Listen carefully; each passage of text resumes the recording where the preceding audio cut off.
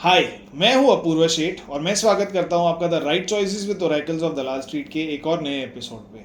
Friends, इस show में हमारा एक ही लक्ष्य है कि real world stock market heroes से एक्शनेबल और इंसाइटफुल स्ट्रैटेजीज लेकर आपके सामने प्रस्तुत करें। पिछले एपिसोड में हम घनश्याम जोशी जी के साथ बात कर रहे थे, जो कि प्रोफेशन से एक चार्टर्ड अकाउंटेंट है और 20 साल का लंबा करियर कॉर्पोरेट लाइफ में बिताने के बाद आज एक फुल टाइम ट्रेडर और इन्वेस्टर बने हैं। पिछले एपिसोड में हमने इनसे एफ के डेटा को स्टडी कैसे करना है और उससे कैसे आप इंसाइट्स जनरेट करके स्टॉक्स आइडेंटिफाई कर सकते हो, ये देखा था। तो हमने ग्राउंड वर्क कर लिया है, कैसे आप एफ के डेटा को आइडेंटिफाई करें, कैसे आप डाउनलोड करें, कैसे उसमें से इंसाइट्स निकालें, ये हमने देख लिया था। आज के एपिसोड में हम एक्चुअल स्टॉक पिकिंग कैसे करेंगे ये देखेंगे। तो चलिए स्वागत करते हैं घनश्याम जोशी जी का।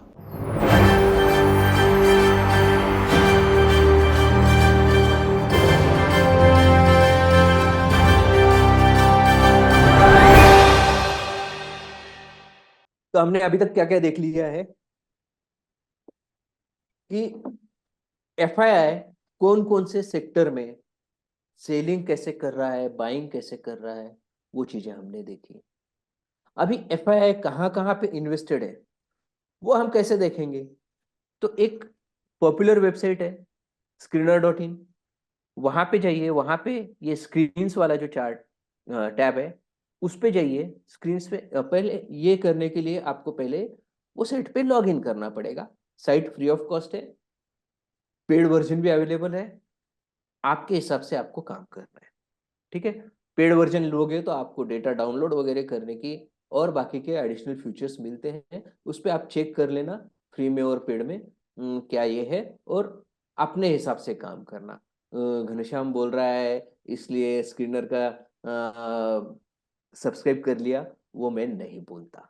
ठीक है, जैसे यहाँ पे गया स्क्रीन्स में, एक आपको स्क्रीन ओपन हो जाएगा राइट क्यूरी वाला, क्रिएट अ न्यू स्क्रीन। वहां पे गया, आपको सिर्फ ये डालना है F I I holding. F I I जैसे ही आप टाइप करोगे वहां पे आपको दिखने लग जाएगा F I I holding is greater than 2%। जैसे ही आप डालोगे F I I holding greater than, यहाँ पे ये इसका डिस्क्रिप्शन देगा, वैल्यू इन परसेंटेज टर्म रहेगा। F I I holding greater than 2 अगर मैंने डाल दिया तो इसका मतलब है कि ऐसे कंपनीज जिसमें एफ आई आई का होल्डिंग जो है टोटल नंबर ऑफ शेयर्स का 2% या उससे ज्यादा है। ठीक है, ग्रेटर देन 2% आएगा। फिर वो कंपनी का लिस्ट ऐसे डिस्प्ले हो जाएगा। फिर उसमें आपको फिल्टर लगाना है किस बेसिस पे।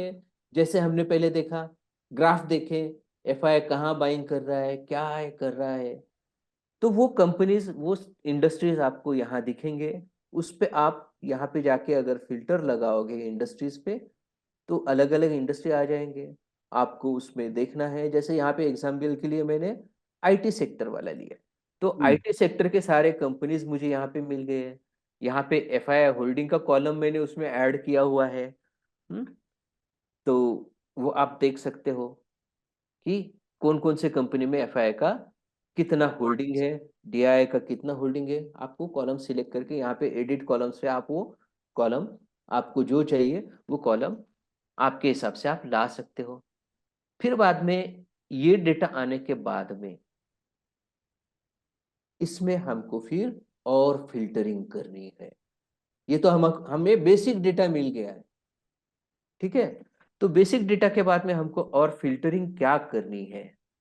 सो सबसे पहले हमने देख लिया कंपनीज जहां पे एफआईआई का इन्वेस्टमेंट मोर देन 2% है। ठीक है, फिर बाद में वो कंपनीज को फिल्टर आउट करते चलो, उनके फंडामेंटल्स चेक करो, उनके वैल्यूएशंस चेक करो। फंडामेंटल्स अच्छे होने चाहिए। फंडामेंटल्स पे मिलिंद सर ने भी बहुत अच्छी बात की हुई है। उनका जो एपिसोड था उसका लिंक आप इसमें डाल सकते हो। उन्होंने, मिलिंद उपासनी सर ने एक स्लिप फ्रेमवर्क बताया था, याद है? हम्म। SLEEP, sleep. ठीक है, तो उस हिसाब से आप चेक करो फंडामेंटल्स और कंपनी के वैल्यूएशंस कैसे हैं। अर्निंग ग्रोथ आपको चेक करनी है, year on year earning growth, quarter on quarter, पिछले 3 साल के लिए, पिछले 5 साल के लिए। कंपनी कैसे परफॉर्म कर रही है। कोविड पीरियड जो था 2020 2021, वो एक एक्सेप्शनल पीरियड आएगा, उसको आपको थोड़ा सा डिस्काउंट करना पड़ेगा, ठीक है। वो बात ध्यान में रखना, नहीं तो आप जस्ट मशीन जो आपको आउटपुट दे रहा है, यानी कई सारे वेबसाइट ये देते हैं, तो वहां पे आपको कुछ मैनुअल फिल्टर करना पड़ेगा। 5 साल की ग्रोथ में वो 2021 2020 का जो डीप है कोविड वाला, वो फैक्टर इन होके आएगा, तो उसको आपको आउट फैक्टर करना है, ठीक है। Then check sales growth, year on year, quarter on quarter, 3 साल की सेल्स ग्रोथ कैसी हो रही है, 5 साल की सेल्स ग्रोथ कैसी हो रही है, वो चेक करो। फिर बाद में आपको क्या करना है, mainly share holding pattern. Share holding pattern में वेदर FII DII, अगर आपने मार्क मिनरवी को सुना होगा, मार्क मिनरवी, तो मिनरविनी साहब भी ये बोलते हैं कि जहाँ पे इंस्टीट्यूशनल फेवरेट्स जो है वहां पे पैसा अच्छा बनता है, प्रोवाइडेड दैट आप उसको बेस के नजीक ग्रैब करो। ऐसा नहीं है कि वो बहुत ऊपर चले गया है, वैल्यूएशन बहुत महंगे हो गए हैं, और बेस अगर यहाँ है और वो प्राइस उसका यहाँ चले गया है, आप यहाँ ग्रैब करोगे तो आपको उतना बेनिफिट नहीं मिलेगा। बेस के पास में आपको उसको ग्रैब करना है। इसलिए आगे का पॉइंट मैंने डाला हुआ है कि ये गुड कंपनीज का आपको वॉच लिस्ट बना लेना है, और फिर बाद में उसको pick the good companies at technical support level. बहुत कुछ आ गया, आपके पुराने एपिसोड में काफी सारे स्पीकर्स ने बहुत कुछ अच्छी अच्छी चीजें इसके बारे में कवर की हुई है। उसका एक समझ, जो आप रेगुलर लिसनर जो है ना, उनको वो चीजें ध्यान में आ जाएंगी। जैसे एक एग्जांपल मैंने मेरे मेंटर वाला दिया, मिलिंद उपासनी सर के 2 एपिसोड आपके हुए थे, बराबर है। उसमें तो उन्होंने एक, हुए, और अभी पिछले ही हफ्ते हमने 2 और एपिसोड रिलीज किया और उसको भी काफी अच्छा रिस्पॉन्स मिला है। अरे वाह, वेरी गुड। सो उस हिसाब से फिर आपको टेक्निकल भी देखना है। अभी फंडामेंटल देखते समय मैं जनरली क्या देखता हूं, ठीक है। अभी मिलिंद सर मेरे मेंटर है, तो काफी कुछ चीजें उन्होंने जो बताई है वो इसमें आ गई है। ये एक एग्जांपल लिया है मैंने, जो कैपिटल गुड्स सेक्टर पहले जो बताया ना कि पूरे 2 साल से बूम में चल रहा है। ये कैपिटल गुड्स सेक्टर की एक कंपनी, प्लीज प्लीज प्लीज जाके इसमें जंप मत करना। पहले अपना रिस्क एपेटाइट आइडेंटिफाई करना, और फिर बाद में इसके बारे में सोचना, ठीक है। ये कंपनी मैं एक एग्जांपल के लिए ले रहा हूं, इस हिसाब से आपको एनालाइज करना है, ठीक है। क्लियर। हम्म। तो यहाँ पे क्या है, कंपनी का मार्केट कैप में देख रहा हूँ, मार्केट कैप 500 करोड़ से ऊपर का है, ठीक है। बहुत ज्यादा रिस्क मुझे इसमें नहीं है। आगे बढ़ने के लिए ग्रोथ पोटेंशियल अभी भी काफी है बचा हुआ। ये पहले 3x3 का जो मैट्रिक्स है, ये बाय डिफॉल्ट आपको इस पे आ जाएगा स्क्रीनर पे, और उसके बाद में बाकी के जो है वो आप यहाँ नीचे के साइड में एक एडिट वाला बटन आता है, वो एडिट करके आप आपके लाइकिंग के हिसाब से आपको जो जो ये रेशियो चाहिए वो वहां पे लेके आ सकते हो। और यहाँ पे जैसे जहाँ पे आपका लॉगिन आईडी वाला है, वहां पे आप क्लिक करके वहां पे एक आपका अपना फॉर्मूला बनाने का एक टैब है, उससे आप अपने खुद के फॉर्मूलेज भी इसमें डेवलप कर सकते हो, और वो यहाँ पे आप लेके आ सकते हो। तो जैसे हम्म। अभी इसमें जो सेक्टर का पीई कितना, स्टॉक का पीई कितना है, 36 का है। इंडस्ट्री का पीई कितना है, 39 का है। इंडस्ट्री एवरेज के पास में अभी भी कंपनी है, ये लेटेस्ट डेटा है इसका 15 मार्च का, ठीक है। कल ही ये डेटा वापस से डाउनलोड किया हुआ है। फिर बाद में अगर हम देखते हैं वैल्यूएशन के हिसाब से, कंपनी का बुक वैल्यू है 208, प्राइस टू बुक वैल्यू कितना हो रहा है कंपनी का, 19 टाइम्स का, बहुत ज्यादा है। बेस से बहुत ऊपर हो गया है। है। इंडस्ट्री का average price to book value कितना है, 6.7, 7, 10, वहां तक एक ठीक है। Maximum 2 times of industry book value. तो वैल्यूएशन वाइज मुझे ये अभी थोड़ा कॉस्टली लग रहा है। कंपनी की अगर परफॉर्मेंस की बात करें, ROC, return on capital employed, ROE, return on equity, ROIC, return on invested capital. Return on invested capital भी 15% के ऊपर है, 38% है, बहुत अच्छा है। ROE 53%, बहुत अच्छा है। ROC, सॉरी, ROC 53.8%, बहुत अच्छा है। ROE मोर देन 42%, बहुत अच्छा है। कंपनी का फेस वैल्यू 10 का है, तो इससे मैं क्या इंडिकेशन ले सकता हूँ कि अगर कंपनी का प्राइस और बढ़ता गया, शेयर का, स्टॉक का प्राइस बढ़ता गया, कंपनी प्रॉफिटेबल होती गई, तो आगे कंपनी क्या असर कर सकती है, इसमें बोनस, स्प्लिट। बोनस के लिए हमको और एक चीज देखनी पड़ेगी, इसकी बैलेंस शीट, जो मैंने यहाँ पे प्रेजेंटेशन में इंक्लूड नहीं की। बैलेंस शीट में आपका कंपनी का वोन इक्विटी कितना है, मतलब share capital plus accumulated reserves. Accumulated reserves कितने टाइम्स है शेयर कैपिटल के, वो चेक करो। अगर वो 100 टाइम्स है, 200 टाइम्स है ना, तो वहां पे एक चांस होता है कंपनी आगे जाके बोनस वगैरह इशू करे। देन ईवी बाय एबिटा 10 से बहुत ज्यादा है ये, तो ये मेरे लिए एक वैल्यूएशन मैट्रिक्स में निगेटिव का काम करेगा। मगर उसके साइमल्टेनियसली अगर मैं profit earning growth ratio, peg ratio देखता हूँ, तो ये 1 से नीचे है, तो ये बोलता है कि अभी भी जूस बचा हुआ है इसमें। फिर ये पेट्रोस की स्कोर 7 से ज्यादा है, अच्छा है। 9 नहीं है, तो मैं इसमें एडिशनल चेक लगाऊंगा। ROC है क्या, ROE है क्या, मेरा सेल्स ग्रोथ है क्या, अर्निंग ग्रोथ है क्या, वो एडिशनल चेक लगा लूंगा। सेल्स ग्रोथ 5 साल का 26% का है। सेल्स ग्रोथ ट्रेलिंग 12 मंथ 53% का है। फिर बाद में ग्राहम नंबर, जो कि फादर ऑफ वैल्यू इन्वेस्टिंग है, बेंजामिन ग्राहम, उन्होंने जो फॉर्मूला डेवलप किया हुआ है उस हिसाब से ग्राहम नंबर यहाँ पे आ रहा है 714। और करंट प्राइस चल रहा है 3900 के ऊपर, तो मोर देन 5 टाइम्स है ग्राहम नंबर से करंट प्राइस। तो यहाँ पे मुझे थोड़ा सोचना पड़ेगा कि मुझे बेस्ट बाय में ये नहीं आएगा। फिर market cap to sales 7.77 times है, तो ये भी थोड़ा एक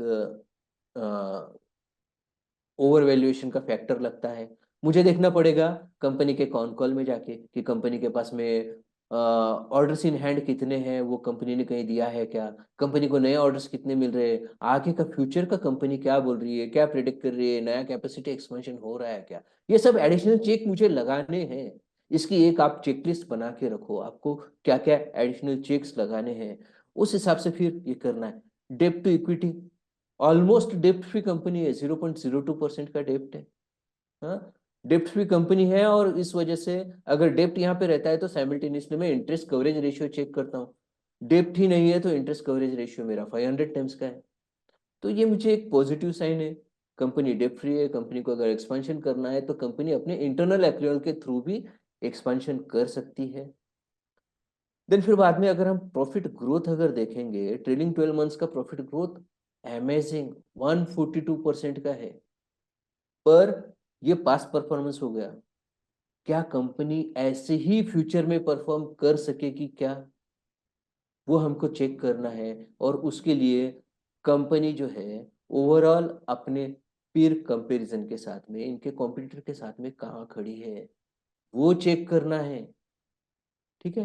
then promoter holding more than 55% है, अच्छा है। 64% का है। प्लेज नहीं है, बहुत अच्छा पॉजिटिव पॉइंट है। देन ROC 3 साल का ROC, 3 साल का ROC भी अगर मेरा 15% के ऊपर है तो अच्छा ग्रोथ है कंपनी का, 30% का है। FII प्लस DII का कंबाइंड होल्डिंग में चेंज अगर देखूं तो 2.17% है। जो एक रिटेल इन्वेस्टर है उससे ज्यादा इंफॉर्मेशन FII DII के पास में होती है, उनके पास में एक अपना रिसर्च का विंग होता है, रिसर्च का टीम होता है जो रिसर्च करते रहते हैं। हमको जो इंफॉर्मेशन अवेलेबल इजीली नहीं होती, वो ये वैल्यू इन्वेस्टर को इंफॉर्मेशन मिल सकती है, वो जब ड्यू डिलिजेंस करते हैं ना अपना स्टेक कंपनी में डालने के पहले। अच्छा, ये मत बोलना कि हर कंपनी ड्यू डिलिजेंस करती है या नहीं मुझे नहीं पता। कुछ कुछ कंपनीज ऐसे ही इन्वेस्ट कर देते हैं और बाद में हमने देखा है कि जब सेल ऑफ में वो कंपनी के भाव कई गुना टूट भी जाते हैं। तो यहाँ पे पहले अपना रिस्क आइडेंटिफाई करो और उसके बाद में ये पैरामीटर्स पे काम करो। देन अगर मैं ईपीएस देखूं कंपनी का लेटेस्ट क्वार्टर, अभी जो हमारा पिछला क्वार्टर था दिसंबर का, उसका वो क्वार्टर का ईपीएस है 34। 34 फोर जा हमारा हो जाएगा नियर अबाउट 136। तो एनुअल ईपीएस अगर ये रेट से चलते गया तो 136 का ईपीएस हो जाएगा एनुअल। और ट्रेलिंग 12 मंथ का ईपीएस अगर देखें हम, ये ईपीएस ये 109 का ईपीएस है ट्रेलिंग 12 मंथ का। और इसको अगर मैं लास्ट क्वार्टर लेटेस्ट क्वार्टर वाला जो ईपीएस था उसको अगर मैं 4 से मल्टीप्लाई करूं तो 136 हो रहा है। तो ग्रोथ पोटेंशियल है provided that that company study perform करती रहे। फिर बाद में मैं देखता हूँ प्रीवियस क्वार्टर का ईपीएस कितना था, 32 का था। क्वार्टर ऑन क्वार्टर ईपीएस में कितना जंप हुआ है, बहुत ज्यादा जंप यहाँ पे नहीं हुआ है, 6.94% का है।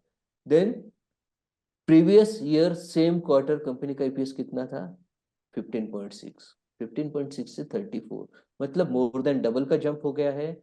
EPS year on year quarterly, जैसे ये EPS Q and Q, EPS Y O Y quarterly, ये मेरे अपने बनाए हुए फॉर्मूले हैं। जैसे मैंने आपको बताया था कि यहाँ पे यहाँ एक टैब में जाके आप अपने फॉर्मूले डिफाइन कर सकते हो। तो ये 119% का जंप है। ट्रेलिंग 12 मंथ का ईपीएस 109 है। और ईपीएस लास्ट ईयर का जो था, मतलब मार्च 23 का ईपीएस जो था वो था 56 का। 56 के ईपीएस से 109 का ईपीएस हो रहा है, तो अप्रोक्सीमेटली डबल जंप हो रहा है ईपीएस में। और ऐसा ही अगर स्टडी कंपनी परफॉर्मेंस देती रही तो मेरे लिए ज्यादा अच्छा रहेगा। ये सारे पैरामीटर्स आपको जब आप आपकी वॉच लिस्ट बनाओगे ना, उस समय ऐसे पैरामीटर्स आपको डाल के चेक करना है। साथ में आप विलियम जे ओनील वाला थ्योरी यूज कर सकते हो, कैनस्लिम वाला। कैनस्लिम वाले फैक्टर्स अप्लाई करो, उससे अपना वॉच लिस्ट बनाओ, तो वहां पे आप अर्ली स्टेज में पकड़ लोगे। वैसे कंपनी में अगर अगर एफआई अपना स्टेक बढ़ा रहा है तो आपके लिए वो पॉजिटिव पॉइंट साबित होएगा। देन इस हिसाब से अगर हम देखते चले तो कंपनी अच्छा ग्रो कर रही है। ये मैं सिर्फ इस कंपनी के लिए नहीं बोल रहा हूँ, ये एक मैंने जनरल पैरामीटर्स डिफाइन किए हुए हैं जो हमको हमारी वॉच लिस्ट क्रिएट करते समय हर कंपनी के बारे में देखना है। उससे हमको एक वॉच लिस्ट क्रिएट करनी है और फिर बाद में हमको वैल्यू इन्वेस्टिंग करनी है। इसके ये कुछ पैरामीटर्स रेडिली जो डाल दिए थे वो है। देन हम जाएंगे वो कंपनी का इन्वेस्टर वाले टैब पे। कंपनी का शेयर होल्डिंग पैटर्न कैसे चल रहा है ये हमको स्क्रीनर डॉट इन पे भी मिल जाएगा, स्टॉक एज में भी मिल जाएगा, मनी कंट्रोल पे भी मिल जाएगा। फिर बाद में ट्रेंड लाइन पे जाओगे आप, वहां पे भी मिल जाएगा। बहुत से वेबसाइट पे ये अवेलेबल है। और या एनएससी बीएससी का जो वेबसाइट है वहां पे भी आपको अवेलेबल हो जाएगा।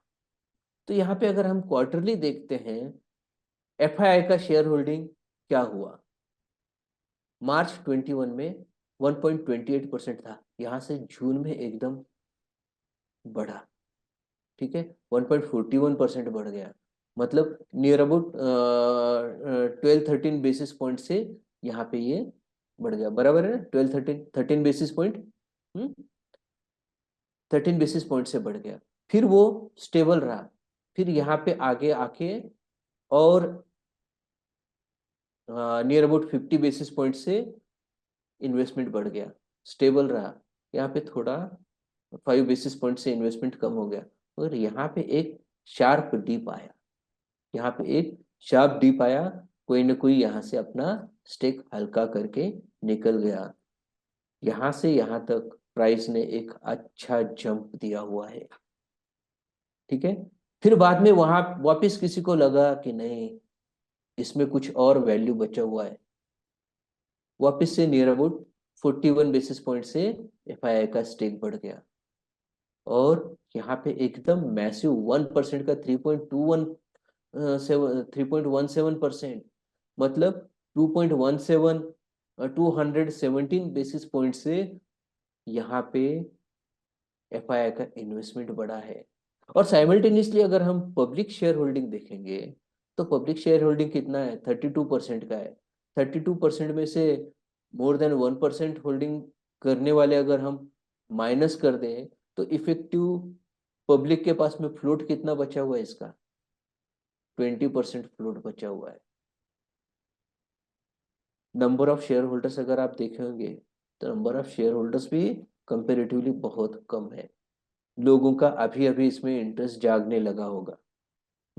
यहाँ पे जो 1218 थे वो जाके अभी यहाँ पे 12,000 हुए, 10 टाइम्स हो गए, मोर देन 10 टाइम्स। तो ये चीजें आपको एक देखनी है।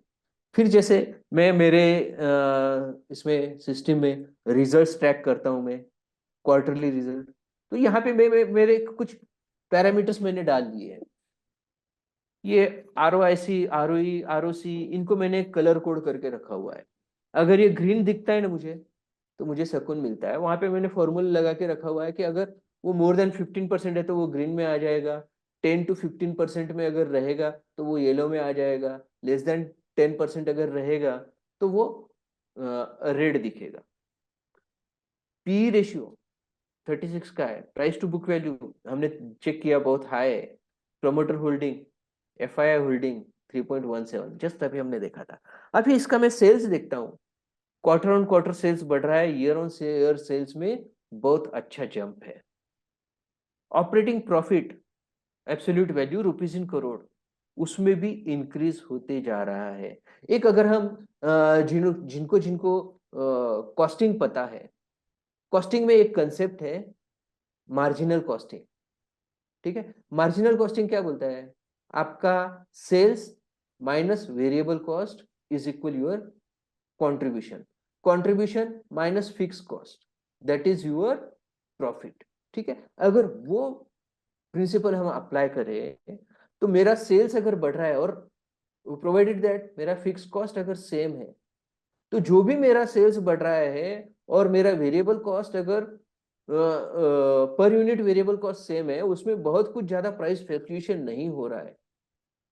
और मैं जो भी सेल्स कर रहा हूँ वॉल्यूम में मेरा सेल्स वॉल्यूम बढ़ रहा है, प्राइस मेरा सेल्स का प्राइस जो है वो अगर सेम है, तो उसमें क्या होगा अल्टीमेटली, अगर मेरा per unit price sales price same है, per unit variable cost same है, और मेरा वॉल्यूम अगर बढ़ रहा है तो मेरा सेल्स बढ़ेगा, और उसके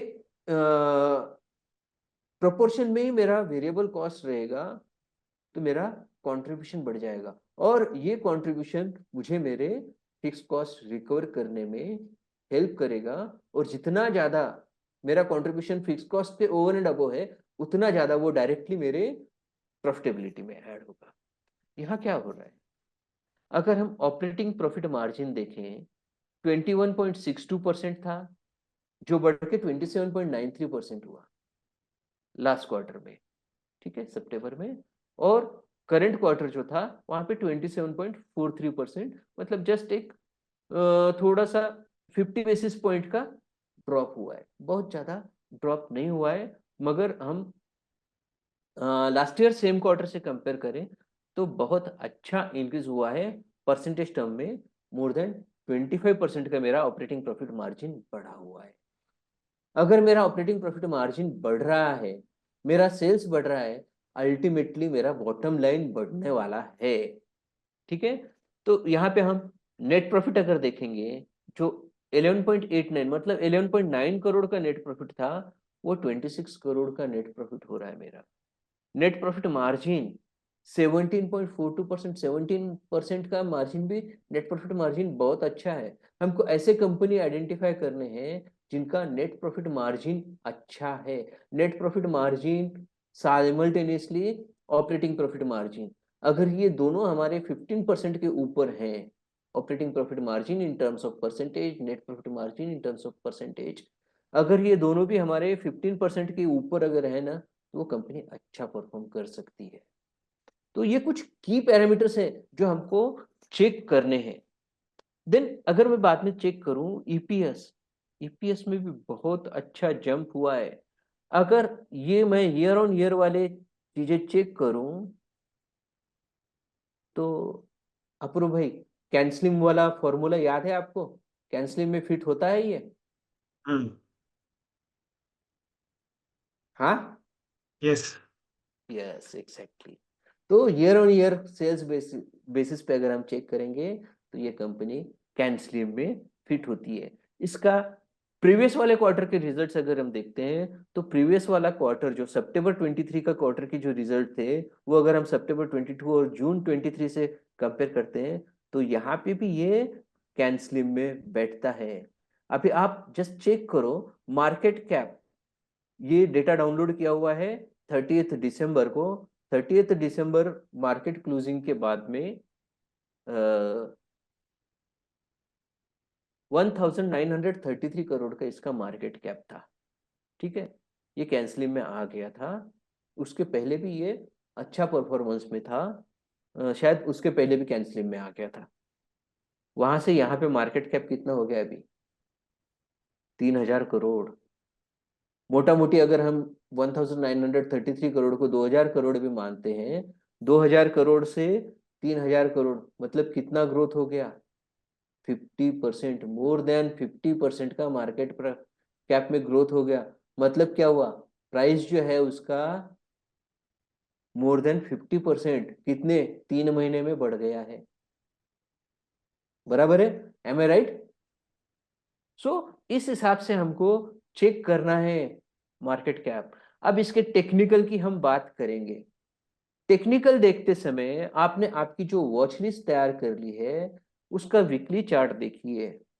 वीकली चार्ट में एक आपको नैरो रेंज कंसोलिडेशन, जिसको आप डॉर्मस बॉक्स भी बोल सकते हो, जिसमें आप अगर मूविंग एवरेजेस लगाओगे वीकली चार्ट पे मैं जनरली 10 EMA, 20 SMA, मतलब 20 weekly simple moving average, weekly 10 exponential moving average, और डिस्ट्रीब्यूशन तो नहीं हो रहा है ना वो देखने के लिए वीकली 40 का मूविंग एवरेज लगाता हूँ। और एक मेरे कॉन्फिडेंस के लिए कि जो भी स्टॉक वीकली 50 मूविंग एवरेज के ऊपर चल रहा है ना वो बहुत अच्छा है। वीकली 200 मूविंग एवरेज और वीकली 250 सिंपल मूविंग एवरेज उसके ऊपर। अभी ये स्टॉक ने क्या किया, यहाँ पे डॉर्बस बॉक्स बनाया, एक नैरो रेंज में कंसोलिडेट होते गया। कितना पीरियड? ये नियर अबाउट अक्टूबर 20 से लेके यहाँ पे दिसंबर 21 तक। ठीक है, मोर देन 1 ईयर ये कंसोलिडेशन में रहा। यहाँ पे सारे मूविंग एवरेज कॉन्फ्लुएंस होने लग गए। हाँ, और फिर बाद में जब क्रॉसओवर हुआ मूविंग एवरेजेस का और आगे मूविंग एवरेजेस एक दूसरे से दूर दूर निकल जाने लगे और स्टॉक की प्राइस स्टेबल होती हुई ऊपर ऊपर बढ़ने लगी। स्टॉक ने अपना वीकली 20 सिंपल मूविंग एवरेज कहाँ कहाँ टच किया है? यहाँ पे एक टच किया। ठीक है, यहाँ पे वापिस 10 EMA ने 20 SMA को क्रॉस कर दिया। यहाँ पे जस्ट थोड़ा सा बाकी था। उसके बाद में यहाँ पे क्रॉस डाउन दिया, एक अच्छा सेल ऑफ आया यहाँ पे, जो कि हमने देखा कि इंस्टीट्यूशनल्स ने बेचा था। ठीक है, तो वहां पे सेल ऑफ आ गया। फिर बाद में 50 moving average, weekly 50 moving average से थोड़ा सा नीचे इसने वापस 2-3 वीक यहाँ पे टाइम पास किया, कंसोलिडेट हुआ। फिर बाद में प्राइस ऊपर बढ़ने लग गया। फिर यहाँ पे आया, मूविंग एवरेजेस कॉन्फ्लुएंस हुए 10 और 20, फिर प्राइस ऊपर जाने लगी। वापस यहाँ पे एक ये कंसोलिडेशन दे रहा है। एमएसीडी अगर हम देखें, एमएसीडी ने एक बहुत अच्छा बेस क्रिएट किया था। जब ये चीजें हमको दिखती है ना, तो ऐसे चार्ट जब दिखते हैं और साथ में अगर हमने फंडामेंटल्स चेक किए हैं कंपनी का, ग्रोथ स्टोरी अगर ट्रैक किया है, तो ऐसा बेस हमको जहां पे मिले वहां पे हमारा उसमें एंट्री बनता है। Do you agree with me Apurv भाई? हम्म। हाँ। और ये हमको कब मिलेगा कि हमारे पास में ऑलरेडी एक अच्छा खासा यूनिवर्स क्रिएट करके रखा है हमने। पहले प्री एनालिसिस करके हमारा एक यूनिवर्स क्रिएट किया है जिसकी हमने वॉच लिस्ट बनाई यूनिवर्स है। क्रिएट करना बेसिकली हम फाई कहाँ बाइंग कर रहे हैं उसके बेसिस पे हम पूरा एक ये यूनिवर्स बनाएंगे एंड फिर according to everyone's own parameter, जो जैसे हर किसी का अपना अपना एक तरीका होता है स्टॉक आइडेंटिफाई करने यस का। Yes yes. तो कोई चार्ट्स प्रिफर करता है, कोई दोनों चीजें प्रिफर करता है, कोई सिर्फ फंडामेंटल्स पे देख के इन्वेस्टमेंट करते हैं। तो then according to his own fundament parameters he can choose his stocks. मैं अप्रूव है, मैं एक बात बोलना चाहता हूँ, मैं टेक्नो फंडा देखता हूँ। फंडामेंटल उतना ही देखता हूँ जिसमें आदमी मेंटल ना हो। ठीक है। क्यों? क्योंकि कई सारे ऐसी कंपनीज हैं जो हमको डिस्काउंट पे मिल रही है, आज भी मिल रही है, 3 साल पहले भी मिल रही थी। 1 साल पहले भी मिल रही थी, 2 साल पहले भी मिल रही थी, और 8 साल पहले भी मिल रही थी। उनके प्राइस में बहुत ज्यादा फर्क नहीं पड़ा है। क्यों? क्या वो कंपनीज अच्छी नहीं है? फंडामेंटली कंपनी साउंड है। फिर क्या हो रहा है? कहीं ना कहीं जो एक मैनेजमेंट में स्पार्क चाहिए, मैनेजमेंट की बेली में जो आग चाहिए, वो वहां पे कुछ ना कुछ मिसिंग है। कुछ ना कुछ फंडामेंटल्स अच्छे हैं, मगर कहीं ना कहीं कुछ तो मिसिंग है, जिसकी वजह से उनको वैल्यूएशन नहीं मिल रहा है।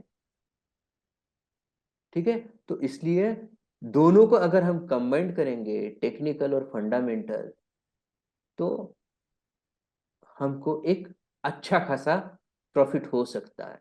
Sure, absolutely. सो और अगर किसी का ये वेबिनार लाइव होने के बाद में जिस देख के अगर उनके कुछ क्वेश्चन है, तो यहाँ पे मेरा ट्विटर हैंडल दिया हुआ है, @CA घनश्याम जोशी। ये ट्विटर हैंडल पे जाइए, डीएम कर दीजिए, डीएम ओपन है। आपको देर सवेर क्यों ना हो, आंसर मिल जाएगा। मैं लास्ट में मैं थैंक यू बोलना चाहूंगा अपूर्व भाई आपका, जो आपने मुझे ये प्लेटफॉर्म पे बुलाया। थैंक यू बोलना चाहूंगा हमारे सारे ऑडियंस को, जिन्होंने ये लास्ट तक ये एपिसोड देखा। और सी यू सून अगेन। तब तक माँ लक्ष्मी और माँ सरस्वती की कृपा हम सब पर बनी रहे। ओके, चलो मैं अपना स्क्रीन शेयरिंग अब बंद करता हूँ। Sure, absolutely. So thanks a lot Ghanshyam ji, आपने हमारे साथ अपना नॉलेज और इंसाइट शेयर किया। So before we let you go, हमारे एक शो की प्रथा रहती है कि हम कुछ रैपिड फायर क्वेश्चंस पूछते हैं। तो मैं ये काफी शॉर्ट में मैं समाप्त करूंगा, हमने काफी समय ले लिया आपका। So my first question is, what is your most favourite book? Milind sir ने काफी सारी बुक बताई हैं। हम्म, उसमें से मार्क मिनर्वी वाला। Okay. So what is one life lesson that you would like to share with all of us? देखो, जबरदस्ती का लॉन्ग टर्म इन्वेस्टर मत बनो। बहुत पेन होता है उसमें। जैसे मैंने अपना स्टार्ट में मैंने मारुति का एग्जांपल बताया ना, लिटरली मेरी मेंटल हेल्थ उस समय खराब होने के कगार पे थी। मेरा ऑफिस का परफॉर्मेंस भी उस समय खराब होने लग गया था। फैमिली लाइफ भी खराब होने लग गई थी। तो एक डेडलाइन डिसाइड करके रखो। फंडामेंटली कंपनी कितनी भी अच्छी रहने दो, अगर मुझे इतने परसेंट का लॉस अगर हो रहा है, तो मैं मान लूंगा कि मैंने गलत टाइम पे एंट्री मारी है, या मार्केट ओवरऑल खराब है। पैसा बचाओ, भाग जाओ। Sure, sure, absolutely. सो जो अपने आप को पहचानिए और उसके अकॉर्डिंग आप ट्रेडिंग या इन्वेस्टिंग कीजिए, और then always have a stop loss to keep protect your capital. So thanks a lot Ghanshyam ji, आपने काफी सारी बातें की, एक अलग टेक्निक बताई एफआईज के डेटा को एनालाइज करने की। तो आई एम श्योर कि हमारे दर्शकों को भी काफी हेल्पफुल रहा होगा और काफी कुछ नया सीखने मिला होगा आज। तो thanks a lot once again. Thank you very much. तो ये थे घनश्याम जोशी जी। इनके साथ हुए दोनों ही एपिसोड में हमने एफआईएस के डेटा को कैसे स्टडी करना है, कैसे डेटा डाउनलोड करना है, कैसे उसमें से इंसाइट्स जनरेट करनी है, ये देखा। फिर आज के एपिसोड में हमने आगे जा कर के कैसे आप स्टॉक्स आइडेंटिफाई कर सकते हो, तो कहाँ एफआईआईज ने स्टॉक में अपनी ओनरशिप बढ़ाई है ये कर देखना है। फिर इसके बाद उसमें various fundamental plus technical parameters आप अपने तौर पे लगा सकते हो, और eventually you can identify good investment opportunities in stocks. तो आई एम श्योर कि ये दोनों ही एपिसोड्स काफ़ी इंसाइटफुल रहे होंगे, और ऐसे ही इंसाइटफुल एपिसोड आगे देखने के लिए हमारी चैनल को ज़रूर सब्सक्राइब कीजिए। Thank you. Sanco trading app, आप ही के ट्रेडिंग का अनदेखा सच। Investments in securities market are subject to market risks. Read all the related documents carefully before investing.